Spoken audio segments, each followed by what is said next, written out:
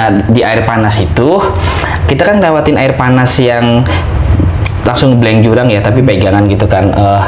Di situ aku ngeliat sosok tapi mukanya tuh kayak meleleh gitu loh bang.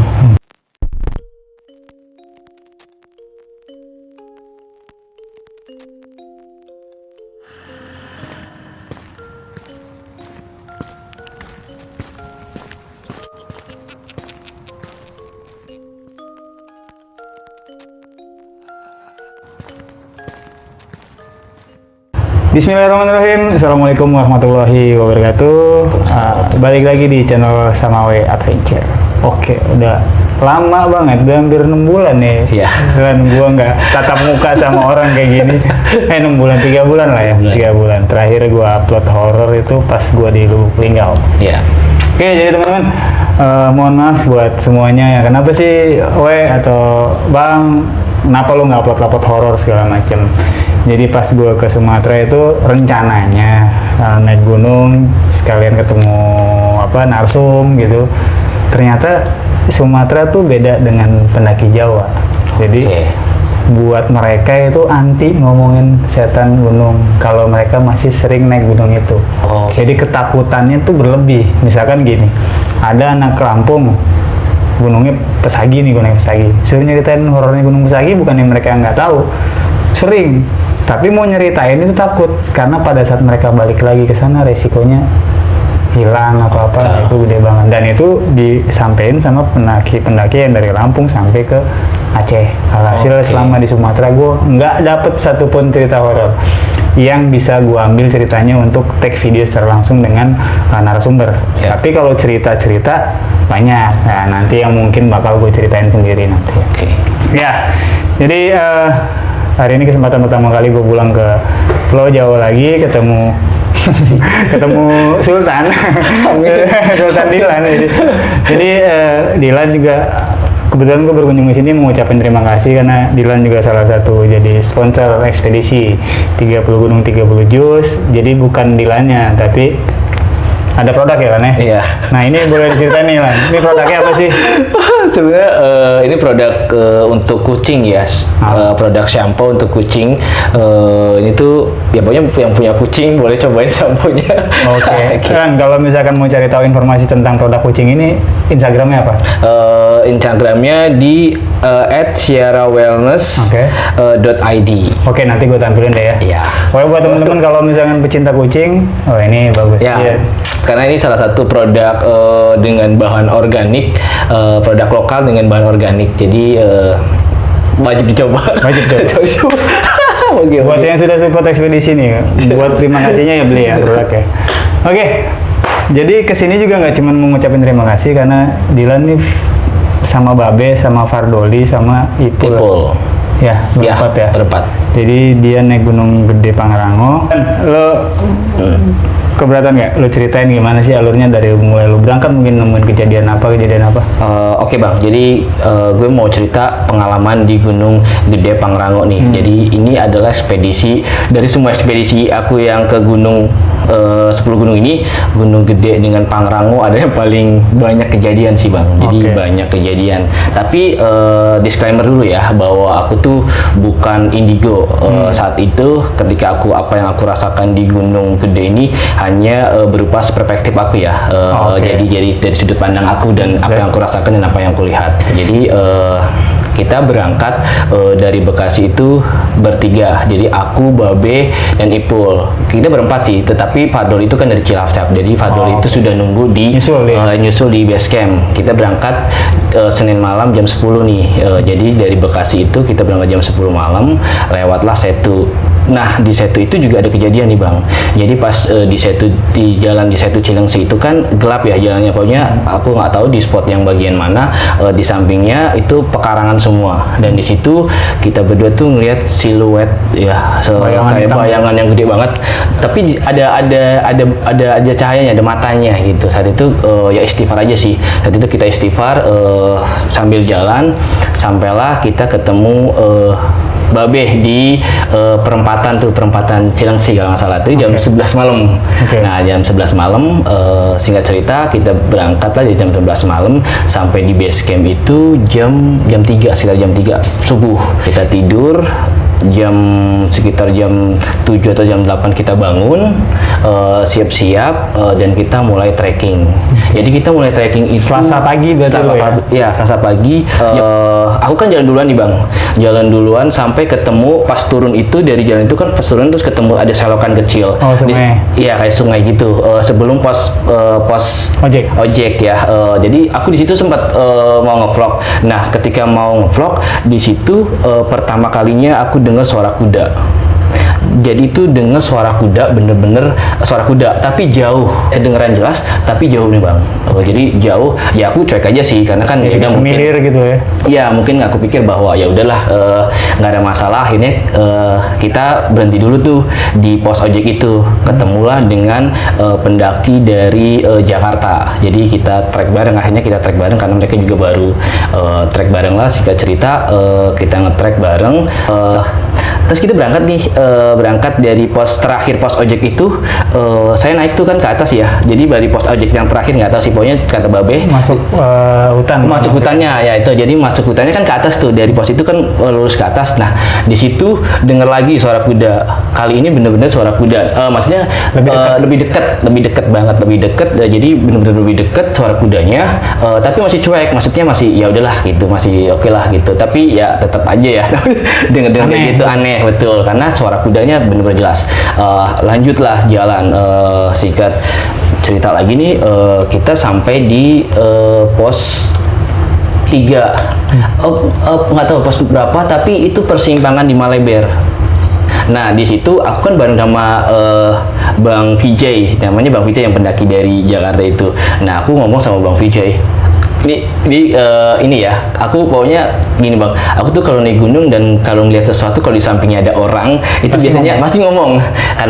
Kalau biasanya kalau para pendaki itu kan ditahan ya, nggak boleh gitu. Tapi kalau aku, karena aku biasa naik dengan Ipul, dengan Fardoli yang mereka sudah terbiasa dengan hal-hal seperti itu, jadi aku suka ngomong. Dan saat itu aku ngomong sama Bang Vijay, jangan ke situ-situ, serem banget.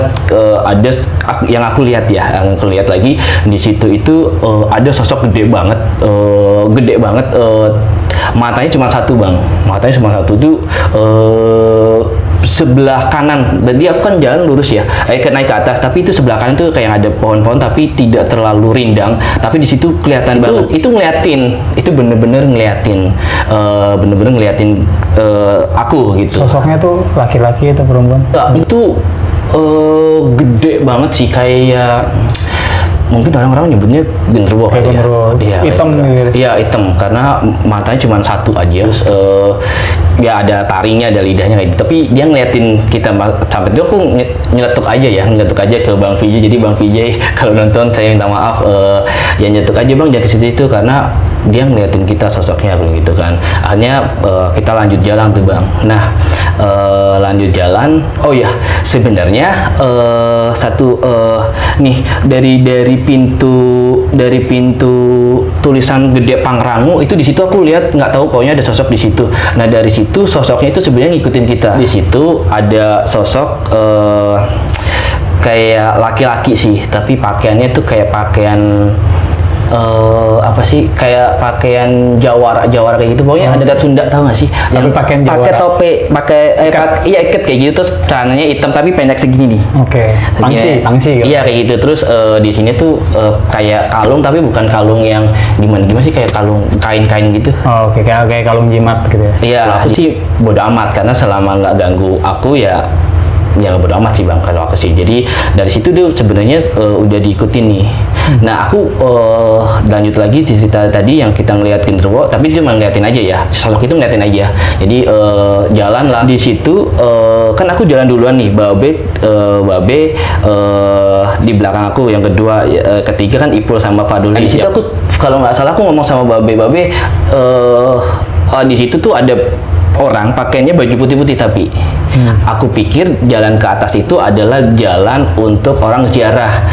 karena sempet di bawah itu aku ketemu sepapasan sama cewek sama cowok, ya bapak-bapak sama ibu-ibu TikTok katanya mereka baru dari ziarah. Aku pikir jalannya ke situ karena aku lihat si kakek-kakek itu jalannya ke situ gitu kan. Makanya aku kalau nggak salah tuh ngomong sama Bapak Bebe, jalan ya aku lihat kakek-kakek baju putih-putih tuh jalan ke situ, aku bilang gitu kan. Nah pokoknya di sekitar situ nggak jauh dari situ dengar lagi suara kuda. Nah kalau yang itu kedengaran langkah kakinya tuh kedengeran, itu jelas banget sih kedengeran.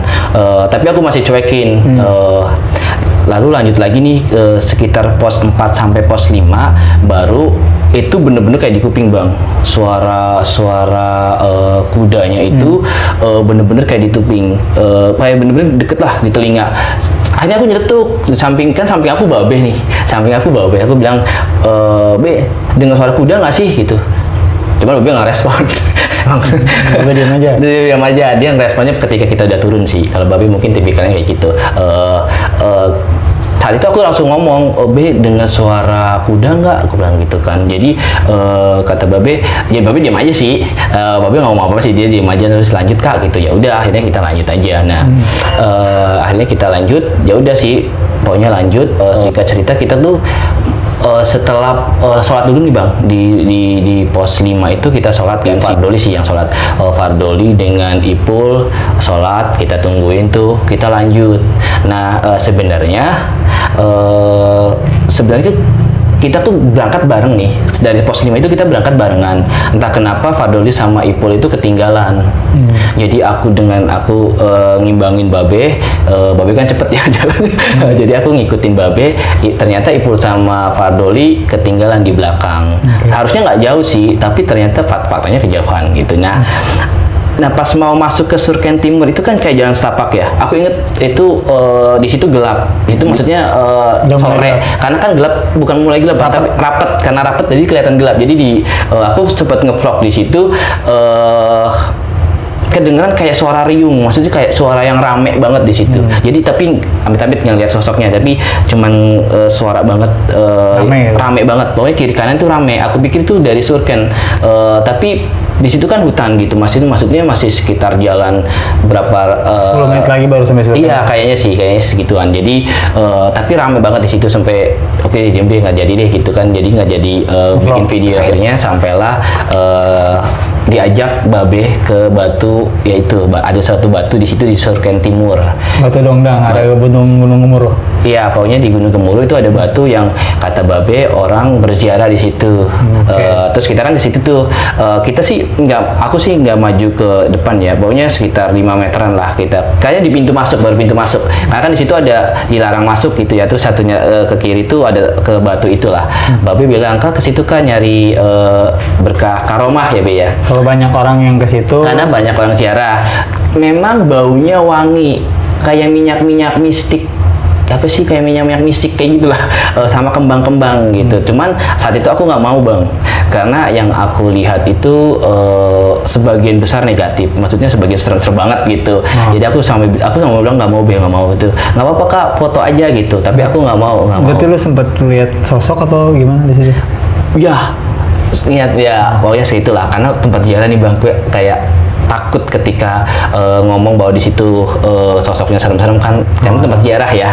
Jadi tapi yang aku lihat ini jujur banget, yang aku lihat dari semua tempat ziarah ya, di gunung-gunung kayak di Lau dan sebagainya macam, menurut aku yang aku lihat itu adalah sosok-sosok yang lebih banyak negatif gitu, maksudnya daripada yang positifnya. Tapi nggak tahu ya, namanya orang ya berdoa ya silakan aja ya bang ya, atau ya ke situ silakan aja. Tapi saat itu di batu itu yang aku lihat sebagian besar serem gitu, nggak tahu tuh negatif atau enggak, tapi yang kulihat itu serem ya. Jadi serem banget. Akhirnya aku nggak berani ke situ. Kita balik lagi lah ke warung untuk istirahat dan nungguin Fardoli dan Ipul. Nah kita nungguin itu kayaknya kalau nggak salah pokoknya setengah jam, pokoknya dari langitnya cerah, maksudnya malah langitnya masih terang sampai gelap banget gitu kan, sampai gelap. Pokoknya sekitar 30 menit mereka datang nih bang, si Ipul dengan si Fardoli. Kita datang, kita istirahat, aku suruh istirahat mereka.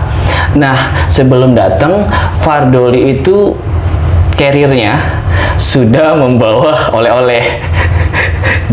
Maksudnya lu lihat Ada dua sosok. Jadi sorry ya Doli, aku harus ngomong.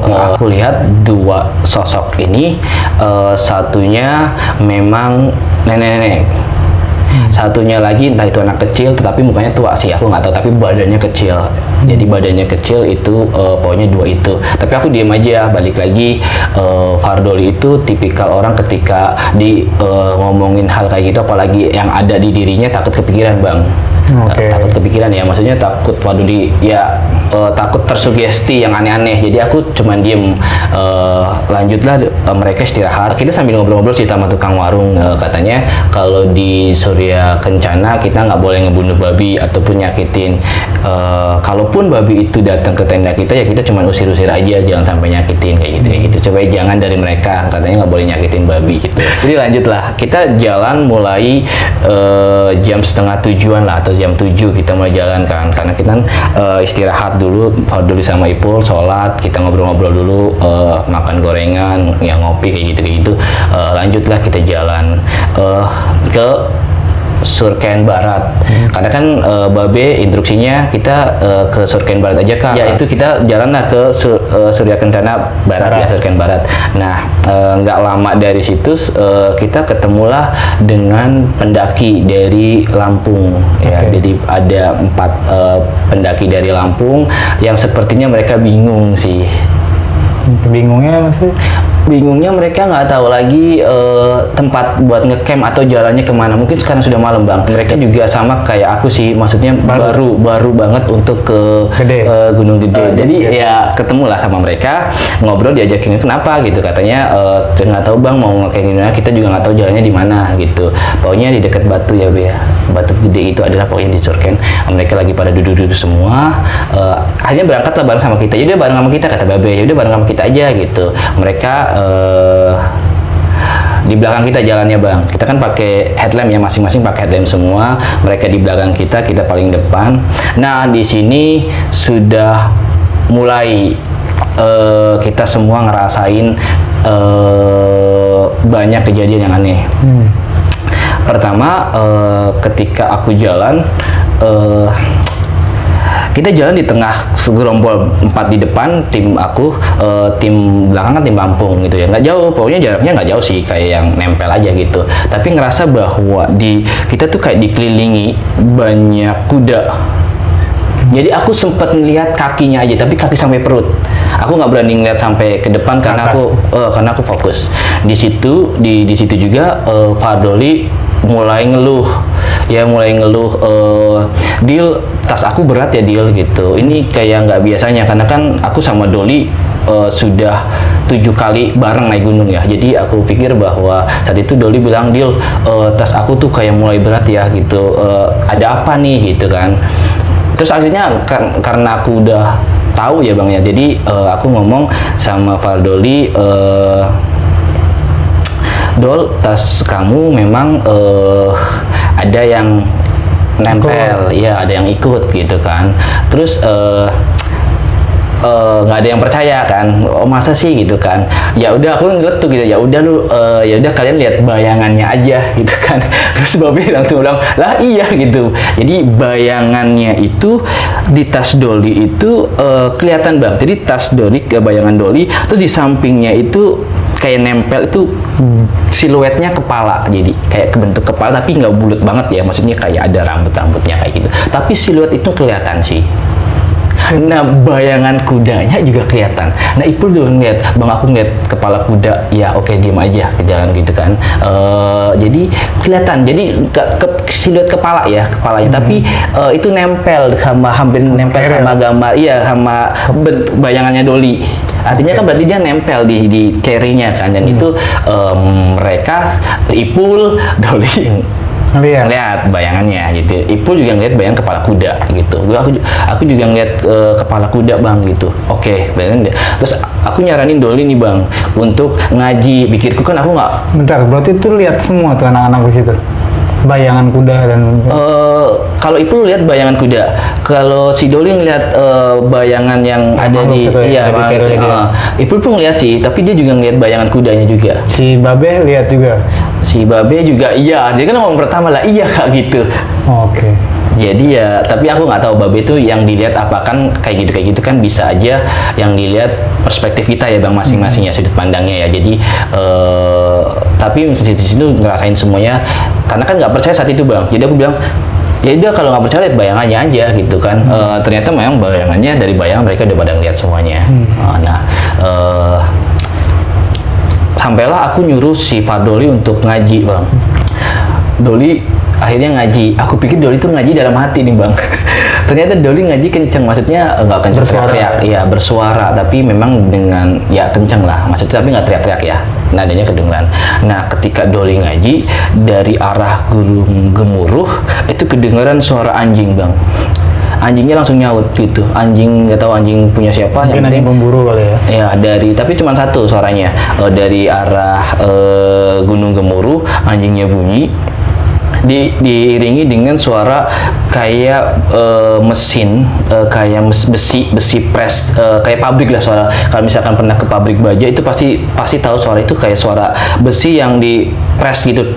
Tang gitu, dang kencang banget lah. Itu bukan suara angin, karena kalau angin kita kan beberapa kali gunung kena badai, suara angin kelihatan ya, kedengeran nggak seperti suara besi dipukul-pukul. Jadi suara besinya bener-bener kayak di situ kayak ada pabrik besi gitu. Tapi yang bikin aneh adalah kenapa suara itu cuma nyaut ketika Doli ngaji. Jadi ketika Doli diem, suara itu nggak nyaut lagi, tapi Doli balik lagi ngaji, nyaut lagi suaranya. Jadi di situ tapi dua sosok yang ngegendongin Doli masih tetap ikut sampai ke tenda. Ya, jadi sampailah ya kita akhirnya dari situ kita jalan terus sampailah kita nemu tempat camp area. Jadi kita bikin tenda di situ. Makan lah, kita masak, teman-teman dari Lampung juga bikin tenda, masak, jadi kita tendanya sebelahan 1, 2, 3 di sini ya, jadi kayak letter L lah gitu. Jadi kita bikin tenda, masak semuanya, lanjut tidur karena itu sudah sekitar jam 8 atau jam 9 lah, ya masuk ke tenda lah sambil ngobrol lah, sampailah kita tidur. Nah ketika tidur aku mimpi, jadi ada sosok mimpi baunya bapak-bapak gitu ya, kakek-kakek lah, kakek-kakek datang, suruh datang ke Batu Kondang. Batu Donggang yang tadi. Iya, batu yang tadi yang pertama kali di Surken Timur. Jadi aku mimpi di situ, bapak-bapak itu datang, kakek-kakek itu datang, nyuruh untuk aku datang ke situ, nyuruh datang ke situ, baunya intinya itu ya Bang, tapi ngomongnya pakai bahasa Sunda. Aku kan bukan orang Sunda, jadi sepenangkapan aku suruh datang ke sana. Pertama, mimpi yang pertama itu masih ngomongnya masih biasa lah, ngomong pakai bahasa Sunda tapi masih biasa gitu.